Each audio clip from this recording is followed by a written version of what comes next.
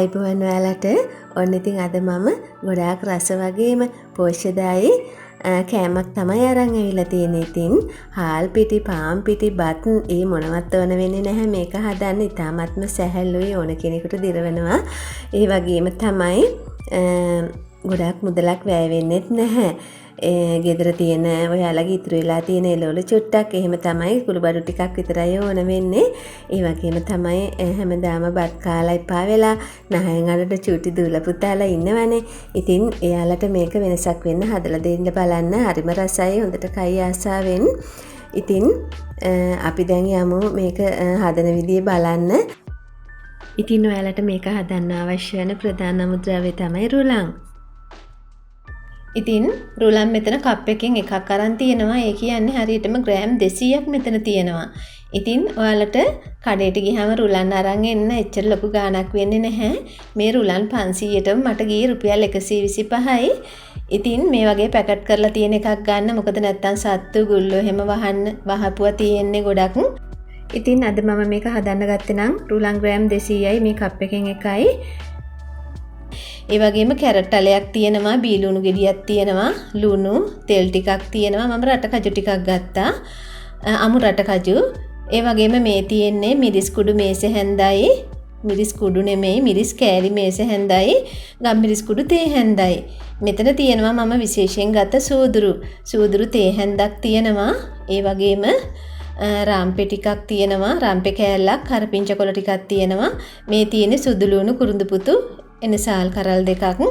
ඒ වගේම තව මම විශේෂයෙන් ගන්න දෙයක් තියෙනවා, මුරුංගා කොළ. ඉතින් මේක දාන්නේ ගොඩක් පෝෂණය වැඩි වෙන්න. ඉතින් මම සුදු ලුණු, කරපිංචා, එනසාල් කරල් දෙක තලා ගත්තා. ඒක හොඳට මේ විදිහට තලා ගන්න. එහෙම නැත්නම් අඹර ගන්න මිරිස් ගලේ. ඊට පස්සේ තියෙන්නේ අපිට කැරට් ටික කපා ගන්න. කැරට් ටික මම මේ විදිහට චූටියට කපා ගත්තා. ඔයාලට මේක ග්‍රේට් කරලා ගන්නත් පුළුවන්. ඊට පස්සේ බීලුණු ගෙඩියත් පුංචි කෑලි වලට කපා ගන්න. දැන් හරි රටකජු ගත්ත මම අමු රටකජු ගත්තේ. ඒකත් මම පොඩි වංගෙඩිය දාලා ටිකක් කොටා ගත්තා. ඒ වගේම කහ කුඩු තේ හැඳි භාගයක් විතරත් අරගන්න. ඔයාලට මේ දේවල්ම ඕන කියලා එහෙම දෙයක් නැහැ. ගෙදර තියෙන මොනවද බෝංචි, ගෝවා, එතකොට ඕනම දෙයක් මුකුණු වෙන්න ගොටවල ඕනම දෙයක් දාලා මේක හදා ගන්න පුළුවන්. දැන් ඉස්සෙල්ලාම අපි රුලන් ටික බෙද ගන්න ඕනේ. මම භාජනයක් තියලා ඒක ටිකක් රත් වෙන්න ඇරියා. රත් වෙන්න ඇරලා රුලන් කප් එක මම දාගත්තා. ඉතින් මීඩියම් හීට් එකේ මේක බෙද ගන්න, දුඹුරු පාට කරගන්න නැතුව සාමාන්‍ය සුවඳ එන සයිස් එකක් තියෙනවා. රුලන් බෙදෙනකොට අපි අලුවවලට පිටි බදිනවා වගේ සුවඳක් එනවා. ඉතින් ගින්දර ගොඩක් වැඩි කරගන්නත් එපා. ඒ වගේම ගොඩාක්ම අඩු කරගන්නත් නැතුව මධ්‍යම ප්‍රමාණයේ ගින්දර සැර දාලා මේක මේ විදිහට හොඳට එහාට මෙහාට කරලා බෙද ගන්න ඕනේ. ඉතින් ඔයාලට මේක ඉක්මනින්ම හදා ගන්න පුළුවන්. නිවාඩු වෙලාවක රුලන් ටික බෙදලා බෝතලයකට දාලා වහලා තියුවහම ඔයාලට ඒක පෙන්වන්න බෑ. මට බෙදෙන ප්‍රමාණය අතර රස්නේ දැනෙනවා ගොඩ හරියක්. ඒ වගේම සුවඳ එනවා. ඒ වගේම කාලය විනාඩි 5ක් විතර යනවා. විනාඩි 5ක් 6ක් විතර යනවා. ඉතින් ඒ ප්‍රමාණයෙන් බරලා මේක බෙද ගන්න දැන් ඇති. දැන් ආපහු මම මේ පෑන් එක ලිපේ තියලා රත් වෙන්න තියුවා.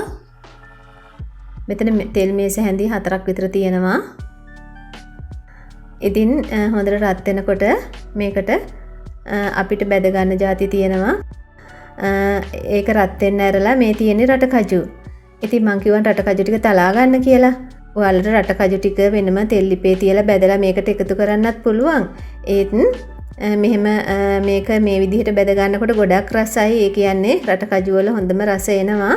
ඒ වගේමයි අපිට තෙල් ගොඩක් ඕන වෙන්නේත් නැහැ. අපිට තෙල් ශරීරයට එකතු වෙන ප්‍රමාණයත් අඩු වෙනවා මේකෙන්ම බෙදගත්තම. ඉතින් රටකජු ටික හැබැයි හොඳට සුවඳ එනකම්ම බෙද ගන්න ඕන. නැත්නම් අමු රස ආවොත් කන්න බෑ රටකජු. විනාඩි 3ක් 4ක් මීඩියම් ගින්දර රස්නෙන් මේක මේ විදිහට බෙද ගන්න. ඊට පස්සේ ගත්ත සූදුරු තේ හැඳ දාගන්න. ඉතින් මේක ඔයාලට මට කියන්න බැරුණා ඉන්දියාවේ කෑමක්. ඉතින් උප්පුමා කියලාත් කියනවා මේ කෑමට ඉන්දියන් කට්ටිය. ඉතින් ඒ හින්දා සූදුරු දානවා යාලා හොඳට. ඒකයි මම සූදුරු එකතු කළේ.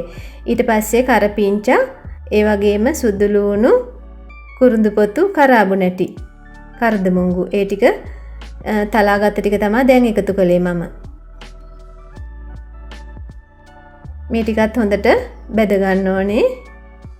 විනාඩි 2ක් විතර බැදගත්තම ඇති. ඊට පස්සේ කපාගත්තු බීලුණු ටික මේ විදිහට එකතු කරගන්න. ඉතින් ගොඩක් සුවඳක් දැනේ ඔයාලට මේ වෙලාවේ. ඊට පස්සේ පොඩියට කපාගත්ත කැරට් ටික එකතු කරන්න. ඊට පස්සේ හොඳට මේ විදිහට මේක කලවම් කරලා ලුණු තේ හැන්ද එකතු කරගන්න. ඊට පස්සේ ගම්මිරිස් කුඩු තේ හැන්ද, දැන් මම කහ කුඩු තේ හැඳි භාගෙත් එකතු කළා. මේ තියෙන කෑලි මිරිස් මේස හැන්ද. ඔයාලට මිරිස් ටිකක් සැරට ඕන නම් තව මේස හැන්දක් එකතු කරගන්න පුළුවන්. ඊට පස්සේ විශේෂ දේ තමයි මේ මුරුංගා කොළ ටික. මේක ලීක්ස් ගන්නත් පුළුවන් ඔයාලට. ඉතින් මම ලීක්ස් ගන්න නැතුව මේ මුරුංගා කොළ එකතු කරේ. ගොඩාක් ඒකෙන් පෝෂණයක් ලැබෙනවා. ඉතින් කුඩා දරුවන්ට වගේම කොයි කාට වුණත් මුරුංගා කොළ ගොඩක් පෝෂ්‍යදායී කොළ වර්ගයක්. මම වීඩියෝ දෙකක් කරලා තියෙනවා. මුරුංගා කොළ පිටි හදා ගන්න වීඩියෝ එකක් කළා. මුරුංගා තේ හදා ගන්න පුළුවන් විදිහට මුරුංගා පිටි හදා ගන්න එකකුත් කළා. ඒ වගේම මුරුංගා කොළ වලින් ඉන්දියාප්ප හැදුවා. ඔයාලට බලන්න පුළුවන් මගේ වීඩියෝ. දැන් හරි මේක හොඳට මිශ්‍ර කරලා තියෙන්නේ මම. දැන් ඔයාලට මම කප් එකකින් තමයි රුලන් ගන්න කිව්වේ. ඒ ගන්න ඔයාලා ගන්න ප්‍රමාණය වගේ වතුර දාගන්න මේකට එකහමාරක්. මම ගත්තේ මේකෙන්නේ. ඒ හින්දා මම මේකෙන් වතුර කෝප්ප එකහමාරක් එකතු කරනවා.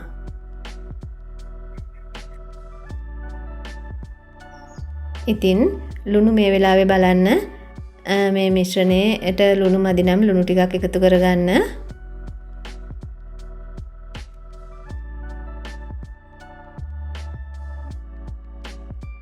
ඊට පස්සේ රුලන් ටික එකතු කරගන්න ඕනේ. අපි කලින් බෙදලා අයින් කරපු රුලන් ටික දැන් එකතු කරන්න ඕනේ. ඊට පස්සේ ගින්දර පොඩ්ඩක් අඩු කරන්න. ගොඩක් සැර තියාගන්න එපා. එතකොට ඉක්මනට රුලන් ටික අඩියල්ලයි. ගොඩක් ලිප අඩු කරලා බෙදගත් රුලන් ටික මේ විදිහට එකතු කරන්න. එකතු කරලා ඉක්මනට හොඳින් හැඳි ගන්න මේක මිශ්‍ර කරන්න. ඔයාලට මේක ගොඩක් පහසු වෙයි ටිකක් ලොකු භාජනයක් ගත්තොත්. ඔයාලා ගන්න රුලන් වල ප්‍රමාණය අනුව ඉඩ කඩ තියෙන භාජනයක මේක හදන්න ගන්න. රුලන් එක තැන ගුලි ගහන්න බලනවා. ඒ හින්දා පොඩි හැන්දක් අරගෙන හරි කමන්නේ ඒ කැට කඩා ගන්න. ගොඩක් පෝෂ්‍යදායකයි වගේම ගොඩක් රසයි. ඔයාලට හදලා බලන්න පුළුවන් මේක. ඉක්මනින්ම රුලන් ටික බෙදලා තියාගත්තාම උදේකට උනත් ඉක්මනටම හදලා අපේ දූ දරුවන්ට උනත් ඉස්කෝලේ ගෙනියන්නත් හදලා දෙන්න පුළුවන්. ඒ වගේම රැකියාවට යන්න සූදානම් වෙලා හදිස්සියටත් හදා ගන්න පුළුවන්. ඉතින් දැන් හරි මම බෙදා ගන්න යන්නේ. ඔයාලට කැමති විදිහට මේක බෙදා ගන්න පුළුවන්. මම මේ විදිහට දීසියකට දාලා ලස්සන්ට මේක මේ විදිහට හදාගත්තා. ඔයාලට කැමති පොඩි වර්ගයක් එක මේක කන්න පුළුවන්. මස් මාළු ඒ වගේ ඕනම දෙයක් එක මේක කන්න පුළුවන්. ඉතින් ඔයාලත් හදලා බලන්න. මගේ වීඩියෝ එක හොඳ නම් ලයික් එකක් දාලා කමෙන්ට් එකක් දාලා ෂෙයා කරන්න. ඒ වගේම සබ්ස්ක්‍රයිබ් කරලා නැත්නම් තාම සබ්ස්ක්‍රයිබ් කරන්න. ඉතින් නැවත මේ වගේ වීඩියෝ එකකින් හම්බ වෙමු. ඔයාලට නිරෝගී දිවියක් සුබ දවසක් කියලා මම ප්‍රාර්ථනා කරනවා.